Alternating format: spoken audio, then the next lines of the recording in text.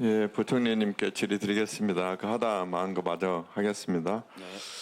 전세자금 대출 확대가 가계부채 증가에 굉장히 중요한 원인인지 알고 계시죠? 예.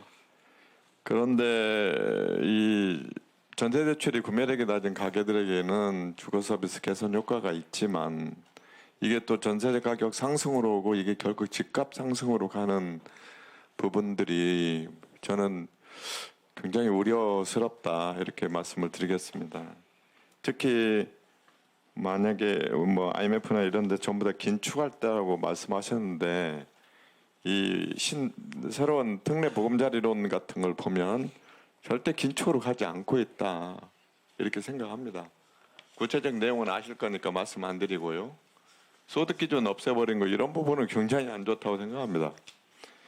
특히 올해 2월에 은행업 감독 규정에서 5개 규정 변경 예고한 내용 중에 보면 이거는 긴축으로 간다는 내용이 아닙니다. 이렇기 때문에 가계부채가 지금 늘고 있는 것입니다. 자세히 좀 잘 보시고요. 제가 이제 대책 관련해서 말씀을 드리면 경기 대응 완충 자본 우리 실시하려고 하고 있죠. 예. 언제부터 합니까? 현재 내년 5월로 하고 있죠. 예.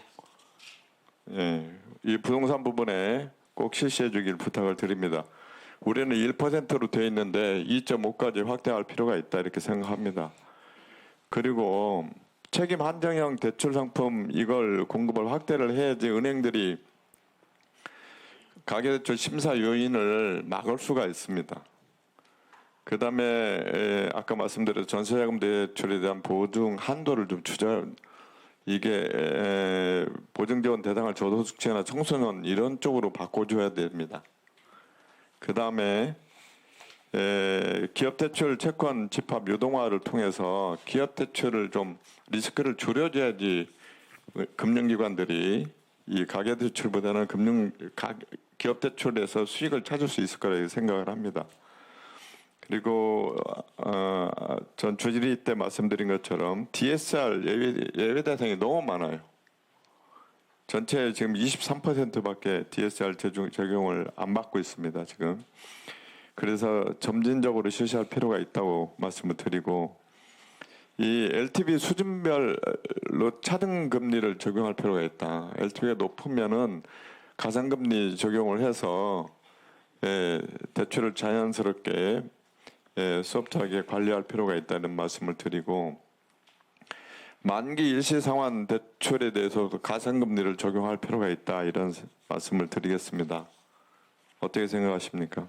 예, 전체적으로 주신 부분에 관해서는 방향성은 전 동의를 합니다. 근데 아시다시피 우리의 현재 또 현실적인 이 금융 수요가 있는 겁니다. 그래서 저희들이 DSR 제도를 도입하고 이것을 선진형으로 100% 완전히 안착을 못 시키는 것이 과거의 행태와 지금 또 앞으로 가야 될 방향 그걸 보면서 지금 소프트 랜딩 시키기 위한 하나의 과정이다. 네. 그래서 아까 말씀하신 뭐 LTV 수준별로 해야 된다 이렇게 하면은 이 원리는 맞는데 그러면 현장에서 또 이 대출을 그런 내용들이 가동이 돼야지 시장에서 가동이 돼야지 대출 욕구가 자연스럽게 줄 거라고 봅니다.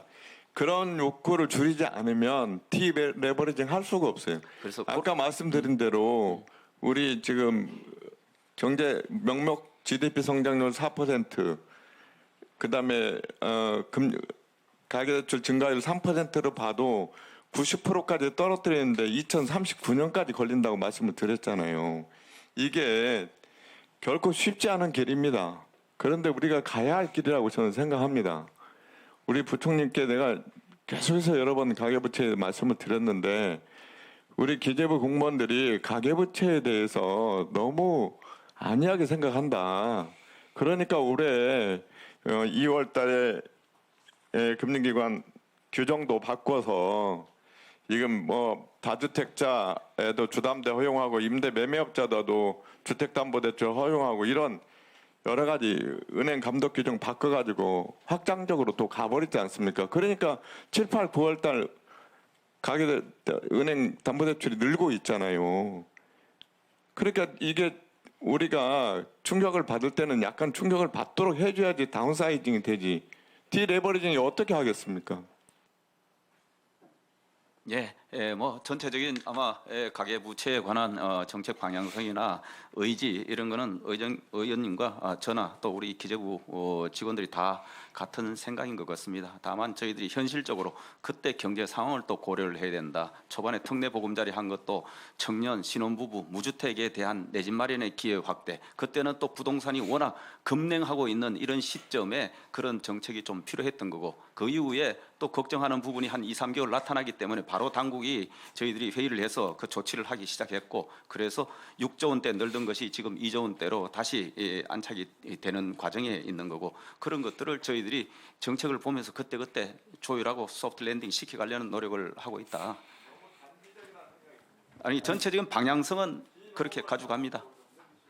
예, 그렇습니다.